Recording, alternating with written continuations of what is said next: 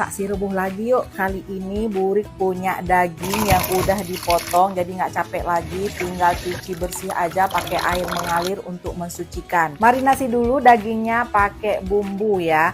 Ini bumbu jadi, udah siap, tinggal pakai, jadi nggak perlu capek-capek. Cuman Burik suka aja tambahin irisan bawang merah sama lengkuas. Dagingnya diremas-remas seperti ini ya, biar bumbunya meresap. Lalu diamkan selama kurang lebih 3 jam. Tapi kalau kalian nggak mau, nggak apa-apa juga. Nah rekan, jadi paket daging megang ini dikirim sama Simpang 5 Grocery. Bisa dikirim ke seluruh Aceh. Pokoknya pengirimannya aman. Beli 5 paket, diskonnya 2%. Beli 10 paket, diskonnya 5%. Beli 15 paket, diskonnya 10%. Oh ya, karena Burik nggak suka yang terlalu asam, jadi cukanya hanya ditambahkan sekitar 2 sendok sayur ya. Kalau sudah empuk dan mulai mengering, tambahkan cabai merah dan garam. Rasanya meketa mangat alaihim.